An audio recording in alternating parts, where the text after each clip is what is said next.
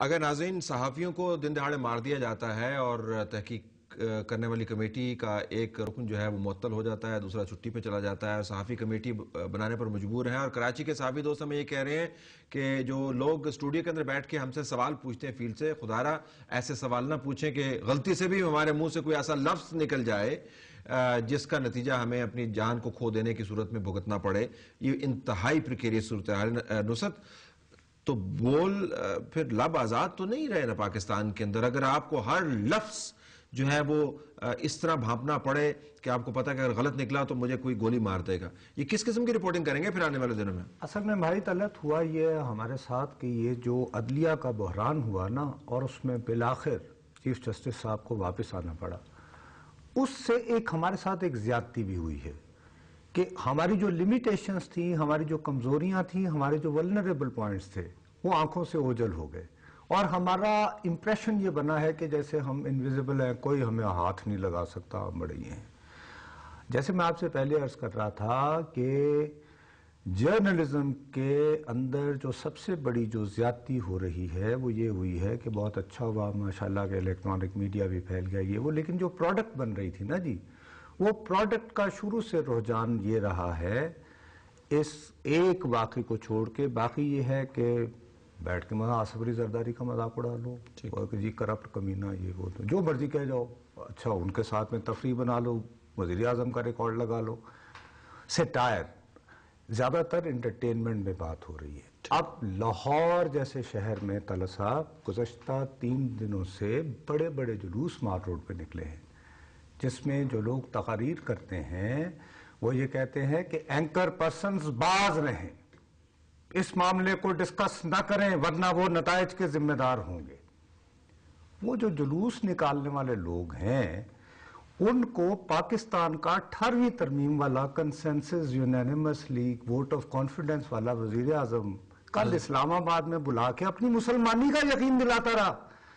جس شخص نے کہنا تھا کہ بھئی یہ باقاعدہ پاکستان پینل کوڈ میں ہے، you are inciting public, you are threatening Talat and Nusrat, یعنی آپ کیا کر رہے ہیں، آپ طلعت اور نصرت کے لیے سپیس کو نیرو کر رہے ہو نا، کہ ڈونٹ ڈسکس دس ایشو۔ ہو سکتا ہے میں جو پوزیشن لوں غلط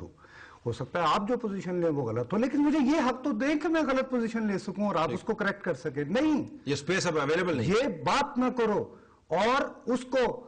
یہ کون سے 18ویں ترمیم کے وزیر اعظم ہیں؟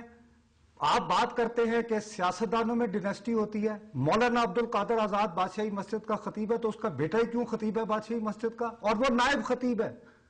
اور وہ آپ کے گورنر وفاق کے نمائندے کی نماز جنازہ نہیں پڑھاتا اور کل وہ آپ کے ہاں تقریر کرتا ہے اور آپ اس سے اپنے مسلمان ہونے کا سرٹیفکیٹ لے رہے ہیں، اور ساتھ کہتے ہیں میں تو موسیٰ شہید کا یعنی کہ ان کا ڈیسینڈنٹ ہوں، اور میں جی میرے تو باپ کے مرید جو تھے شیخ محدث۔ اگر جب آپ اپنے ترلے منتیں جو کر رہے ہیں وہ مجھے کیا تحفظ دیں گے؟ مجھے کیا تحفظ دیں گے؟ صدر صاحب کوئکلی ذرا آپ کی طرف جاؤں کہ آپ نے پھر کیا لائے عمل بنایا ہے رپورٹنگ ان علاقوں سے؟ اپنے دوستوں کو آپ کیا تجویز دیتے ہیں کہ رپورٹنگ کس طریقے سے کریں، کیونکہ شاید کراچی کے اندر جو دوست بیٹھے ہوئے ہیں وہ بہتر طریقے سے جان پائیں کہ یہ جو حالات ہیں اس کے اندر ہم نے رپورٹ کس طرح کرنا ہے؟ رپورٹنگ کا تو وہ جو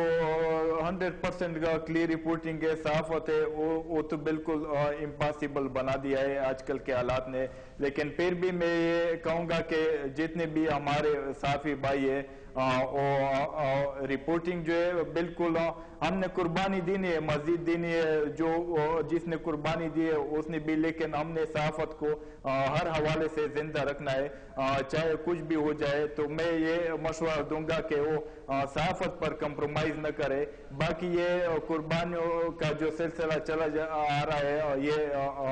آگے بھی ہم کسی قسم کی قربانی سے انشاءاللہ درے نہیں کریں گے، اور صحافت کو شمع کو ہم زندہ جلائے رکھیں گے۔ جی طاہر یا افضال صاحب، آپ میں سے کوئی اگر کوئی آخری بات کرنا چاہے اس کے بعد میں پروگرام کو وائنڈ اپ کروں گا۔ Go ahead. دیکھیے یہ اس بارے میں اس کے سوا اور کیا کہا جا سکتا ہے کہ وہ آپ کی بات درست تھی کہ یہ جو کچھ بھی ہو رہا ہے تو اس میں کراچی کے لوگوں نے کمیٹی بنا لی، کراچی کے صحافیوں نے، اور فاٹا میں بھی کوئی اس طرح کے انتظامات ہوئے ہوں گے۔ تو اب یہ انتظامات جو ہم الگ الگ شہروں میں کر رہے ہیں اس کو ایک جگہ جوڑنا چاہیے،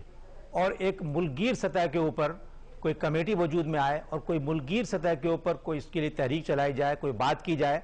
تاکہ ہماری بات میں وزن ہو, طاقت محسوس ہو, اور حکام بالا اور جو لوگ بھی ہیں, جو لوگ میٹر کرتے ہیں, وہ اس طرف کوئی توجہ دیں ہماری تحفظ کے معاملات کے حوالے سے, اور جو واقعات تشدد کے ہو چکے ہیں ان میں جو مجرم ہیں, جو ملزم ہیں, ان کو پکڑنے کی طرف کوئی سیریس ایفرٹ کی جائے.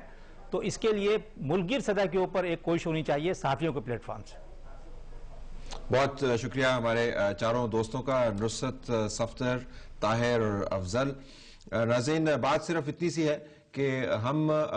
مختلف قسم کی مشکلات سے نبرد آزما ہو سکتے ہیں.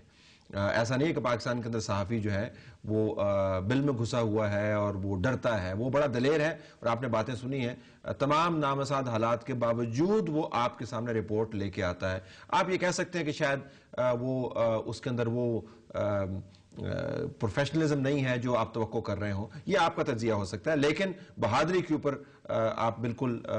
ریفلیکٹ نہیں کر سکتے, یہ نہیں کہہ سکتے کہ وہ بہادر نہیں ہے. لیکن اس کے ساتھ ساتھ جو ہم نے یہ چیز دیکھی ہے کہ ریاست